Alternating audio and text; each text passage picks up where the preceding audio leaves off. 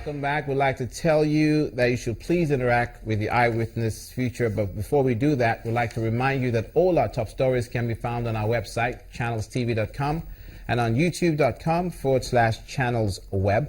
Do visit m.channelstv.com to view us live on your mobile device. You can also download the Channels TV app for Android, iOS, and Windows phones from their respective stores. Now we can tell you to interact with the Eyewitness feature. It's in the Channels TV app. If you have pictures or videos you'd like to share with us, just tap the application on your device, swipe to reveal the Eyewitness menu, and follow the instructions. The Supreme Court has declined jurisdiction to hear an appeal, urging it to interpret its judgment, which reinstalled the Ejike Ogwebego faction as the PDP Anambra State Executive. INEC had approached the court to explain to it, by virtue of its judgment, it should give a certificate of return to the list of candidates of the Ogwebego-led faction or conduct a fresh election. It will be recalled that the Supreme Court had, in a judgment it delivered last month, resolved in a protracted leadership crisis that rocked the PDP in Anambra State. The Apex Court, in a judgment by a 7-man panel of justices, recognized the Ogwebego-led faction of the PDP as the authentic state executive committee of the party. The Akwa Ibom Resident Electoral Commission, Mr. Gabriel Adar, the commissioner that is, has assured the residents of the commission's readiness for the forthcoming election rerun coming up on the 12th of March.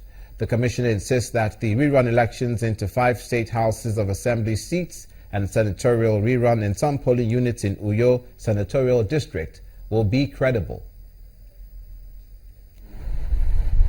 The tribunal decision, we have court-ordered elections in Akwa Ibom State. And these court-ordered elections will hold on Saturday, 12th March 2016. The elections will cover 5 state constituencies and 1 senatorial district.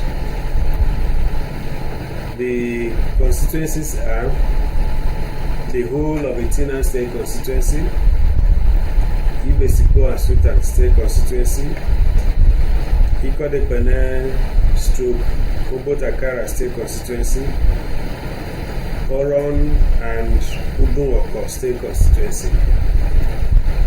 And then the 5th State Constituency will cover 24 polling units in it to local government area.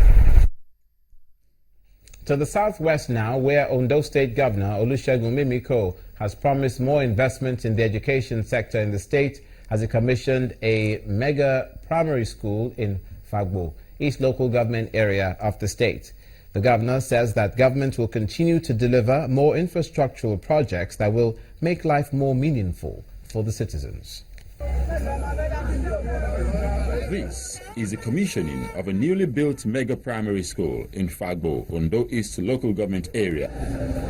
Another school project that this administration is delivering to the people.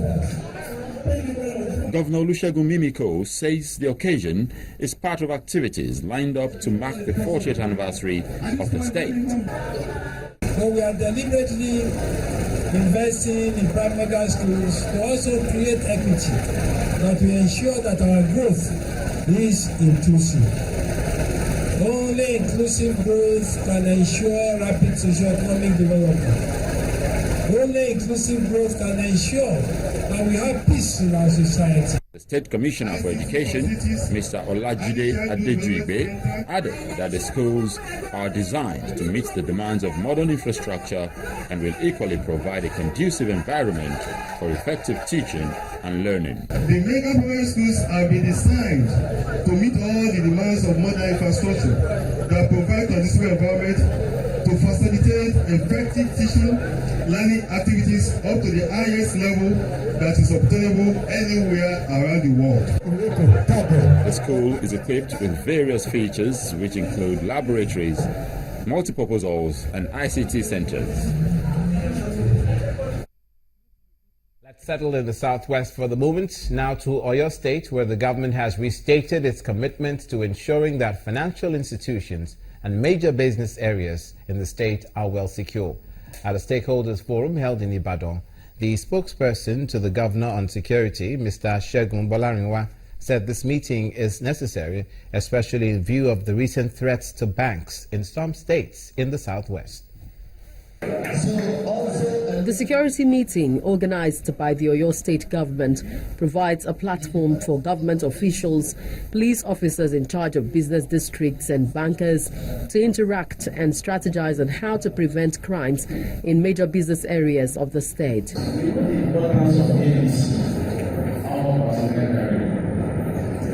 frightens and besides the road is enough. But without my suggestion has to do with the attitudes of the policemen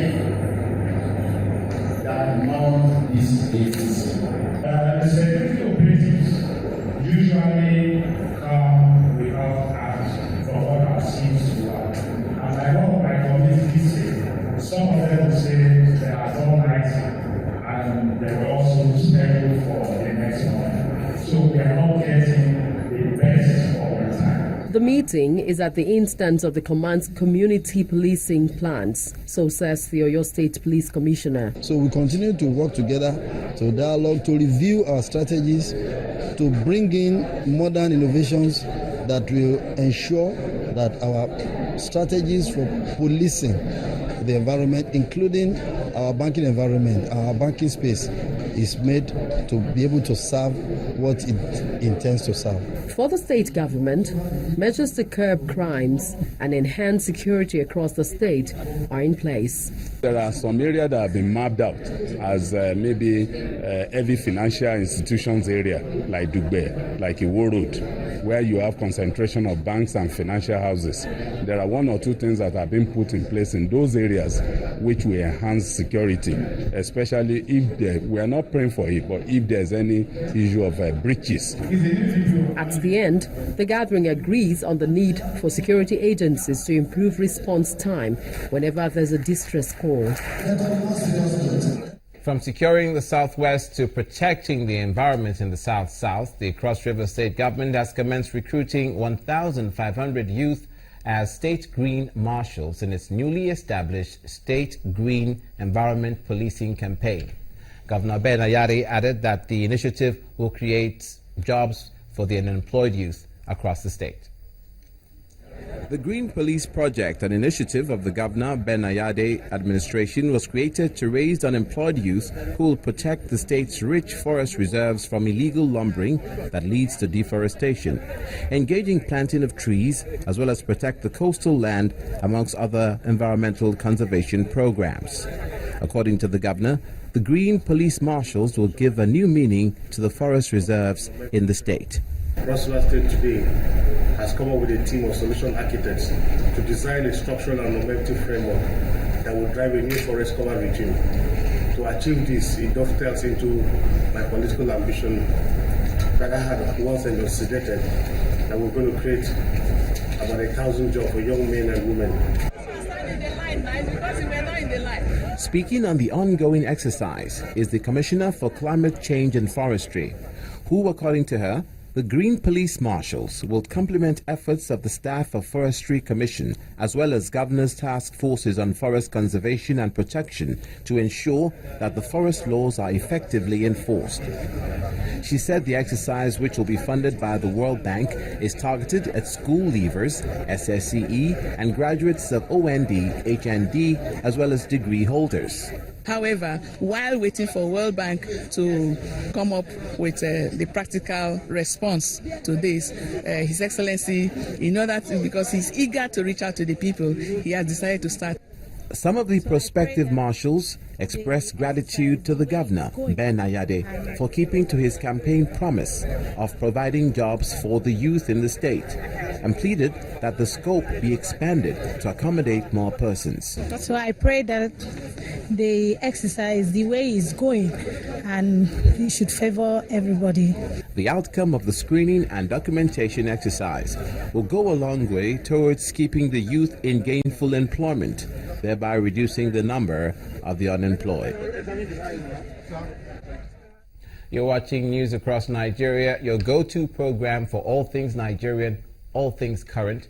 Coming up, the fuel scarcity in Benin City continues to bite hard. Solutions are sought. Stay with us.